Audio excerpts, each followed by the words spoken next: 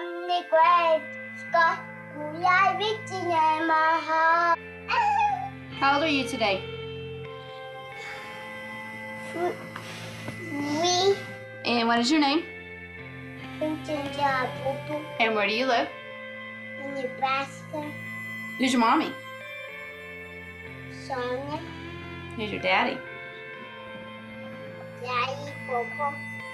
Who's your sister? Cassie. That was 8 years ago. Looking at Colton now, you would have never guessed that he almost died in 2003. His father, Todd, tells about Colton's near-death experience in the book, Heaven is for Real. And he started throwing up into the toilet, you know, and at first we're like, okay, he's got the stomach flu, because the doctor said it was going around. Colton's condition only got worse as days passed. His doctor discovered his appendix had burst, and infection was spreading in his body. Time was running out.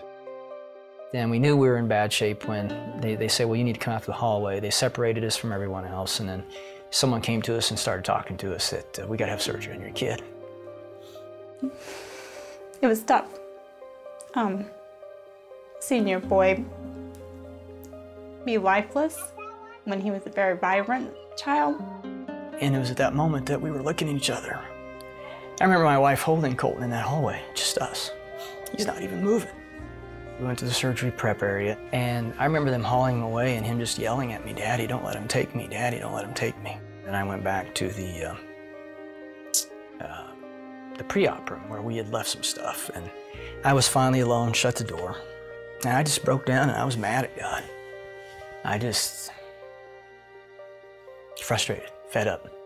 And I remember telling him, I said, God, after all I've done for you, and now you're gonna take my kid? This is how you treat your pastors? And I was calling our prayer chain. I was calling anybody that would be on the other line to get Colton on the prayer chain because it was bad. We were there in the waiting room for an hour and a half, maybe. Then I remember the nurse coming out. Is Colton's daddy out here? I'm like, yeah, well, Colton's in recovery and he's screaming for you. And I'm sitting there with him. And I remember my son in that room then looking up at me and goes, Dad, do you know I almost died? And my first thought was, maybe he overheard the nurse say that, or maybe they thought he was under anesthesia, you know, and he wasn't.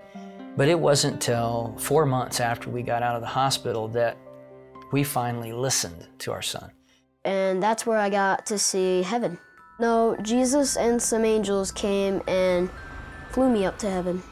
And I said, so Colton, what did Jesus look like? I knew that the first person I saw was Jesus. He was wearing white robes with a purple sash, and he just came down nicely and gracefully. Well, Dad, Jesus has markers. Dad, Jesus has markers. I didn't know what he meant, so I finally asked the right question. Colton, where are Jesus' markers? And he drops his toys down, and he stands up, and he just points, Dad, they were right here. He takes his fingers, points to the palms, then he bends over and touches the tops of his feet and looks up to me. That's where Jesus' markers were, Dad. When I was in the throne room of God to start with, so I got to see what that looked like. I was upset because I didn't know what was happening. What God did is he used people or things that I liked to calm me down. From there on, I felt better. Then one day we're traveling together and he looks up at me and, Dad, you used to have a grandpa named Pop, didn't you? I'm like, yeah, he's really nice. Really? Yeah, you used to play with him as a kid and work with him on the farm and shoot stuff with him. And I'm like, yeah, how do you know that? Well, he told me. A figure came up and he was Pop. He asked me, are you Todd's son? I said, yes. He said that he was his grandpa, so that's where I met him.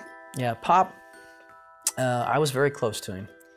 And he was my most significant male role model when I was a kid growing up. But he was killed in a car wreck before I turned 7. I was busy paying bills again, because that's my job.